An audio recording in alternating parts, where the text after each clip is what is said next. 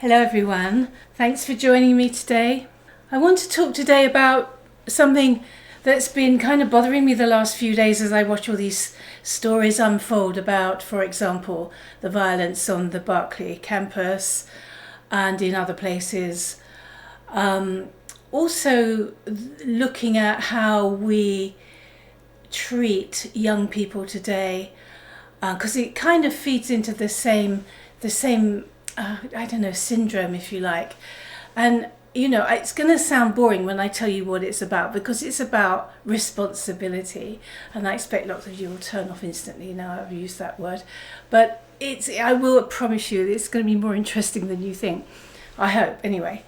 Because I want to talk about this, because it seems to me wherever I look at the moment, in the news and of what's going on, what I'm seeing is the result of a generation that hasn't had to face its responsibilities and hasn't had to learn how to live in the world.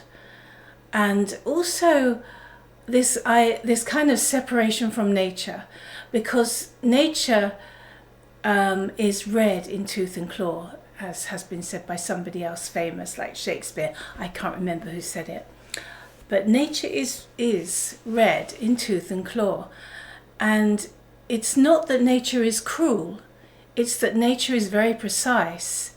She has her own ways of doing things. And if anything doesn't fall into that her way of doing things, it's discarded one way or another.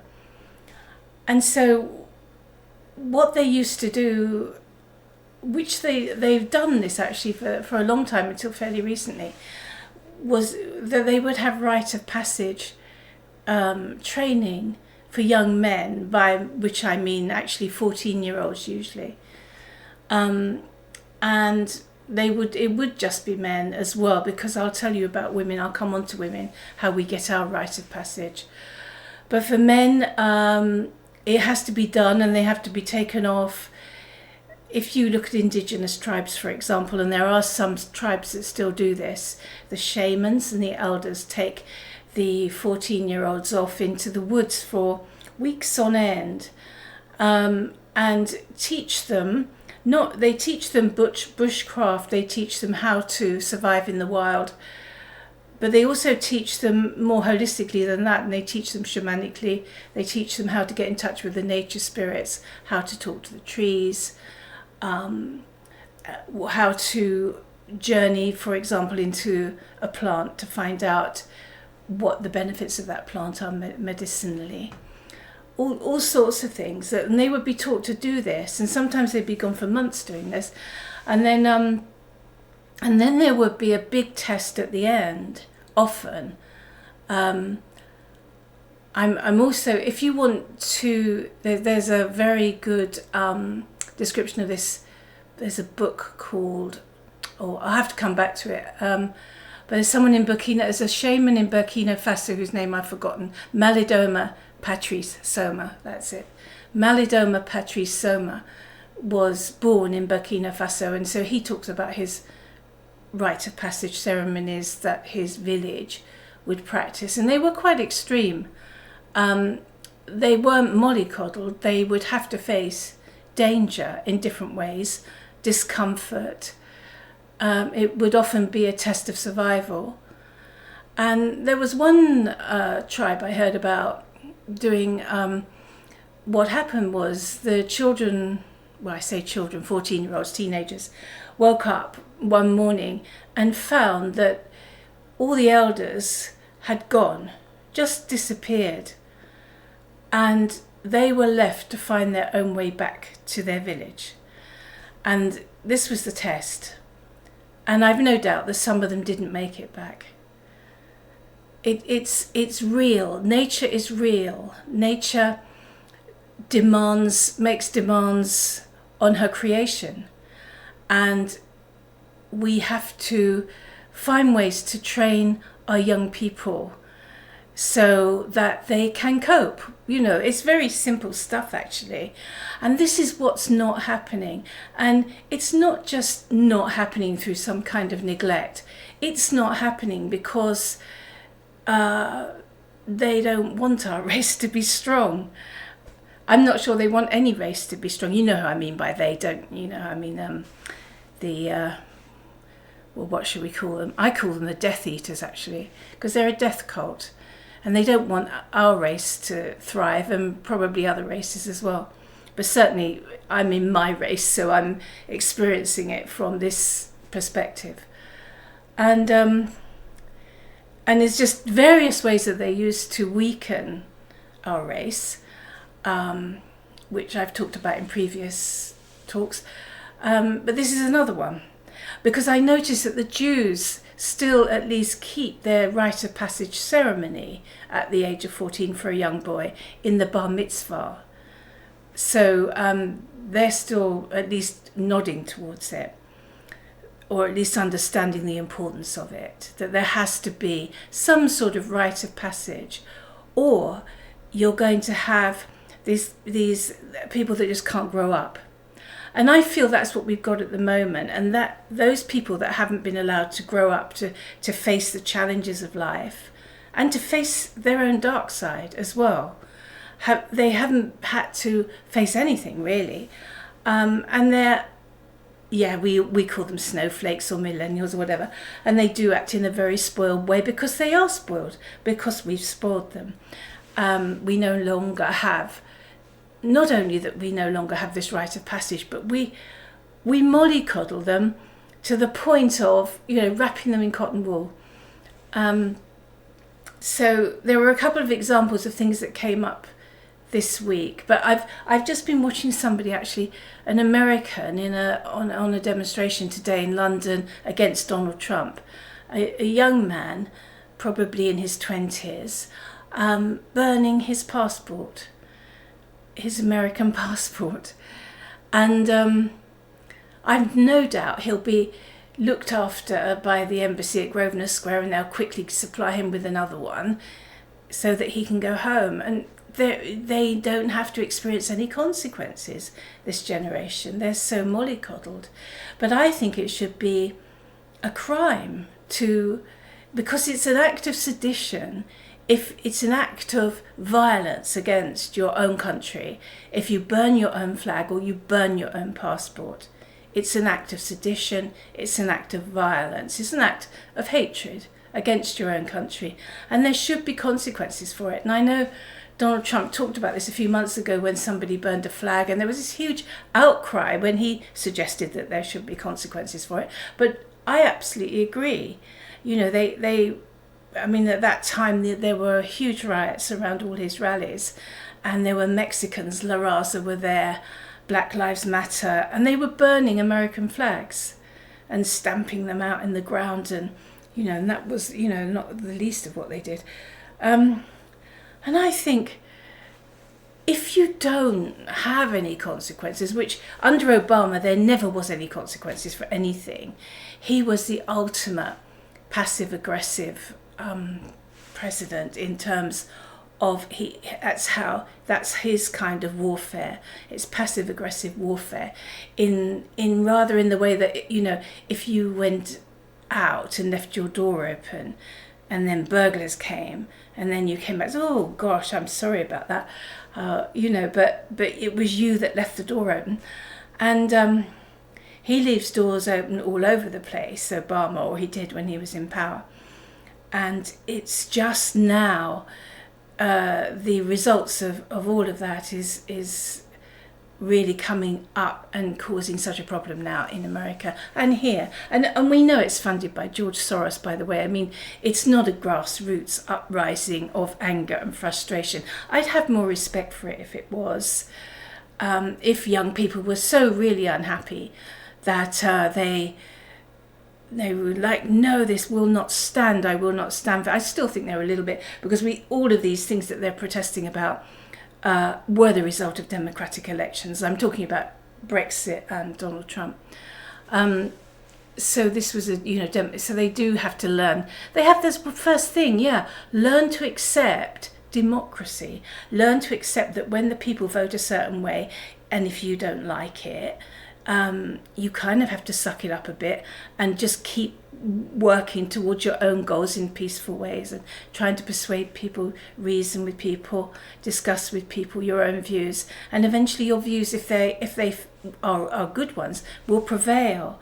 But these kids aren't capable of that kind of reasoning anyway. By and large, they tend to speak in sort of slogans and bumper stickers, and they can't put more than a few, they can't say a sentence that's got more than one clause in it. They can't understand reasoned argument. I'm saying this sounds like a real generalization, and there are some, obviously great people that aren't like that, but I'm just when you're looking in the media at what's going on, you see the type of things that are happening. And also, they are complete cowards. I mean, when we look at Berkeley, for example, everyone was dressed in black and from head to toe, and also they were hooded. And and this is extraordinary. And also they're being paid by George Soros. This has now come out, that this specific group that targeted Milo's talk at Berkeley were actually paid by an organisation that's funded by George Soros. And so they're paid, so they don't probably even really believe in what they're doing, but they're just glad to get paid maybe. And they don't even show their faces. Whereas the people that are standing up for freedom of speech are showing their faces all over the internet. People, well, actually, yeah, I am. I'm showing my photograph. I can't do vision. I can only do sound from here because otherwise Skype collapses on me. So maybe one day I will do vision as well, but it's not because I'm hiding my face. And anyway, so I feel like they are cowards, and I remember the 60s. I remember the protests of the 60s, and I'm sure there were paid agitators in those now when I look back on it. But most of us really believed in it. And if somebody, we would ban the bomb, that was our thing. We'd carry around these ban the bomb signs. And we really believed in it. That, we wanted the world to be, because we'd grown up under the nuclear bomb. I don't remember a single day in my life where I was free from the fear that there could be a nuclear holocaust, even if it's not really in the news, as it sometimes, it gets ratcheted up and then it's like, oh my God, we're on the verge of World War III. Well, that doesn't happen very often, but even when that's not happening, there's always this sword of Damocles hanging over our heads the whole time, through our whole life, this sword of Damocles of whether one day someone will press the button and that would be it. So anyway, I don't think this generation is real. We wanted to ban the bomb because we wanted freedom from that, and I think that's something worth having freedom from. I really do.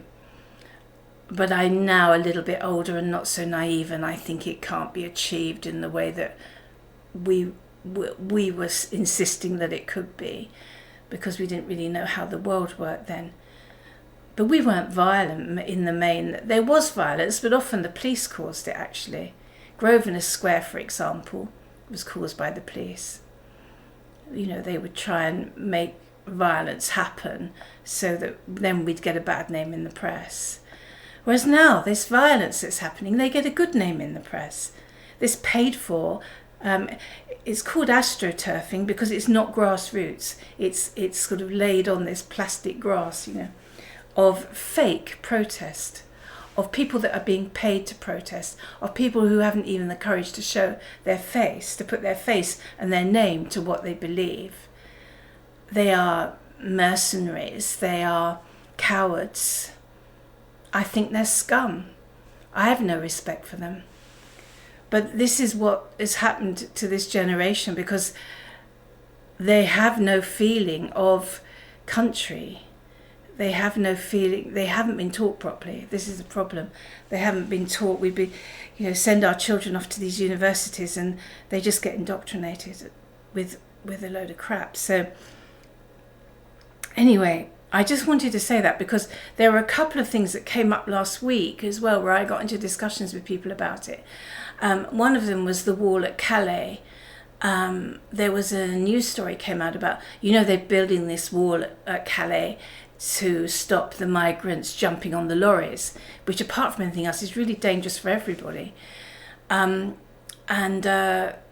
Anyway, so it's a 12-foot wall. So the story was that charities were coming out and saying, well, we can't have a 12-foot wall because, people will risk their lives trying to get over it. And I thought, well, surely isn't that the point? Isn't that the point that someone will stand there and take responsibility, back to that word again, responsibility for their own life and say, I'm not going to climb that 12-foot wall because I don't want to risk my life. And if you do, if you're not going to take that kind of responsibility and just think I'm going to climb that wall and be somebody else's fault if I die, well, I'm sorry, I can't go along with that. And I just thought, well, what is it they want us to do, these charities? Do they want us to build a nice low wall that everyone can get safely over? I mean, this is health and safety gone mad. Either you build a wall or you don't. And all the people making a fuss about Trump's wall, as if no one ever built a wall before. Well, what about Hadrian's Wall? No, I don't see anyone criticising, even the BBC, who like to criticise everything, criticising Hadrian's Wall. It's considered one of the great landmarks of our nation. And nobody thought it was a bad idea to build that wall to keep the Picts out, of Britain, because they were a mad lot, apparently, so we're told. I mean, Lord knows half of what we're taught in history isn't really true, but if we're just going to go by what we're taught in history, then you had to keep the Picts out. Otherwise, they would have come in and caused mayhem and, wiped us all out. That's what they say. And also, the Chinese president as well, he was wading in on Trump, not necessarily over the wall, but over a load of other things. And I'm thinking, well, what about the Great Wall of China? Nobody criticises the Great Wall of China. Again, built for very similar, although probably there was more to keep the people in than keep anyone out. I'm not sure. But again, this is considered this great, wonderful landmark that everyone reveres, And so, but Trump's wall with Mexico, no, that's just, completely, you can't have that. Utter nonsense.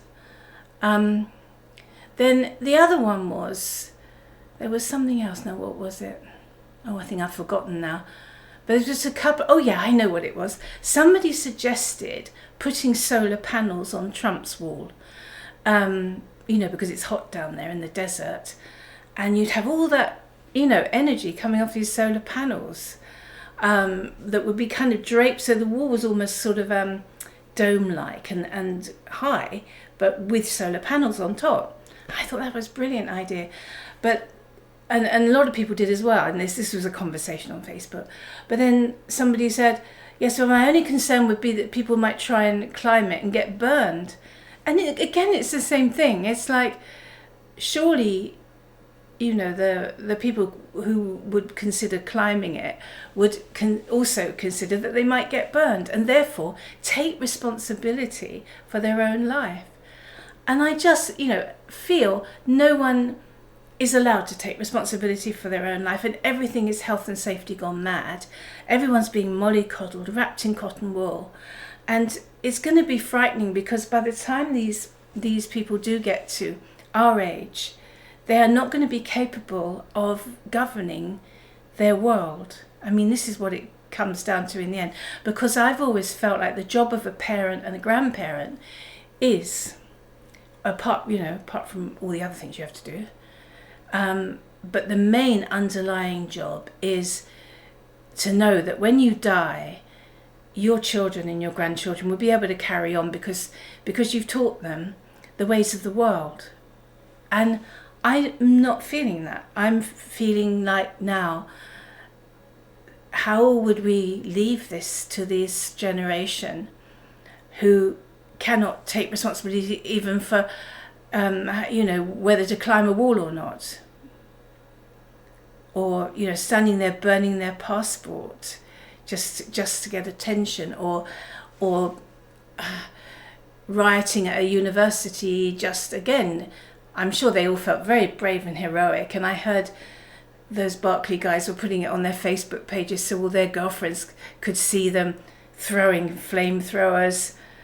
And, to me, they're not heroes. They're just paid mercenaries. That's all they were.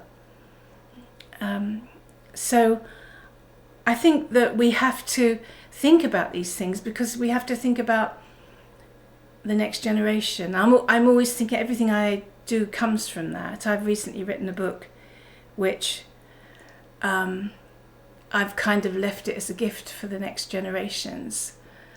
I'm hoping that they come upon it.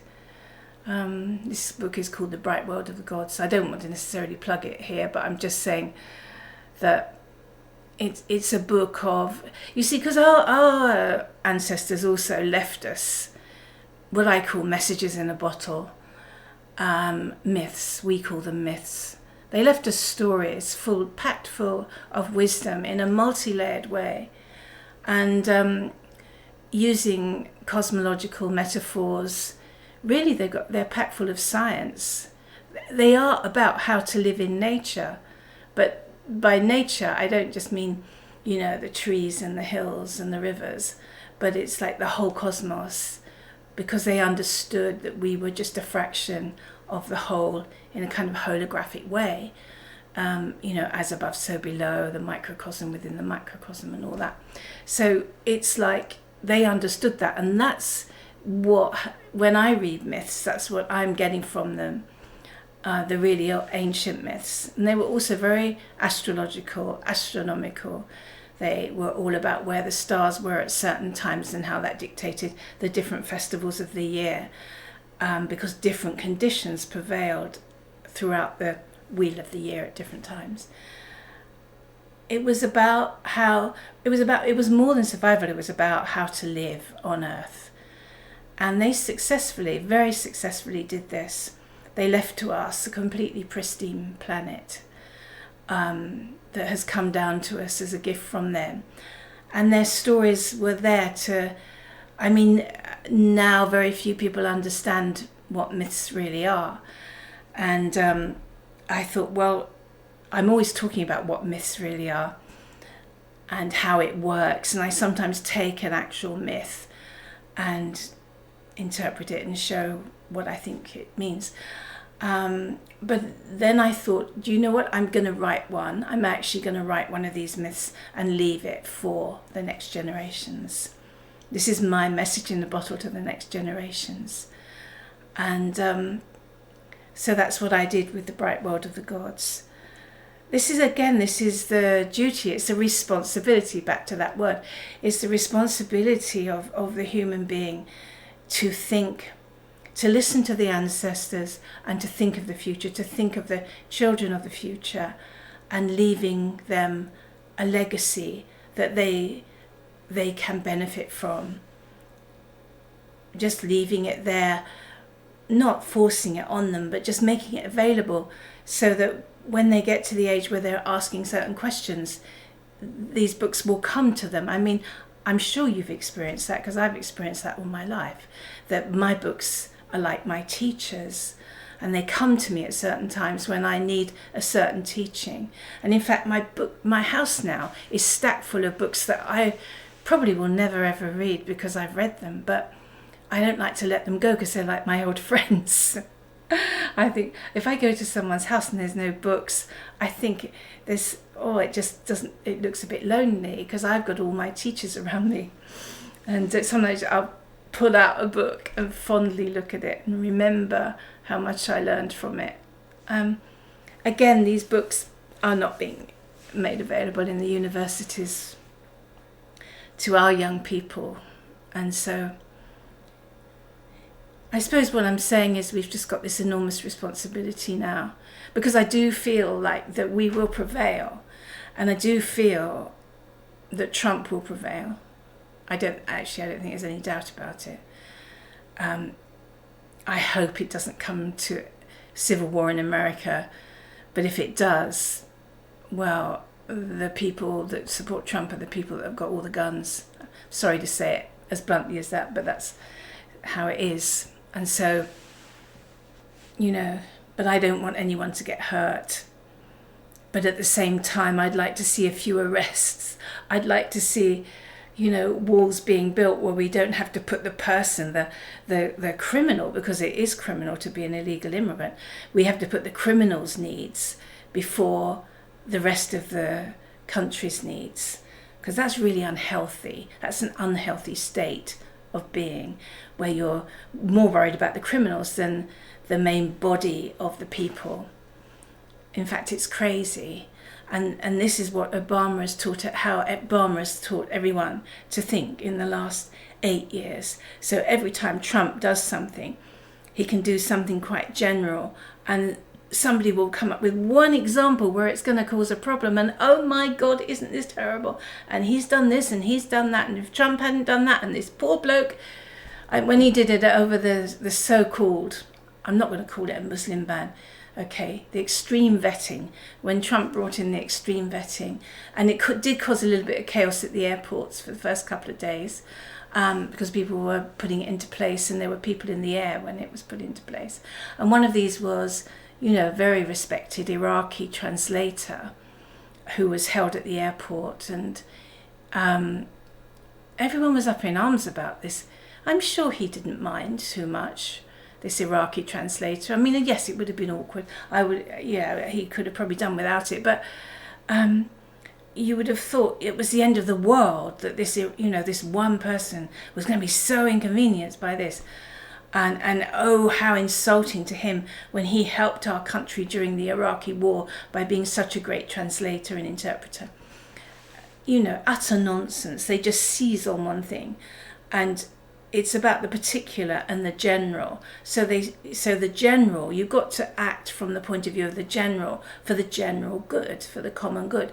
But there's always going to be one or two people that it's going to affect adversely. So they just find that one person and then turn it into this great tragedy on Twitter, where they're raging on Twitter about this injustice of it, and the fascist Donald Trump did this, and absolute nonsense. So all this is I'm saying is we need to teach them to take responsibility, and that means sometimes being tough.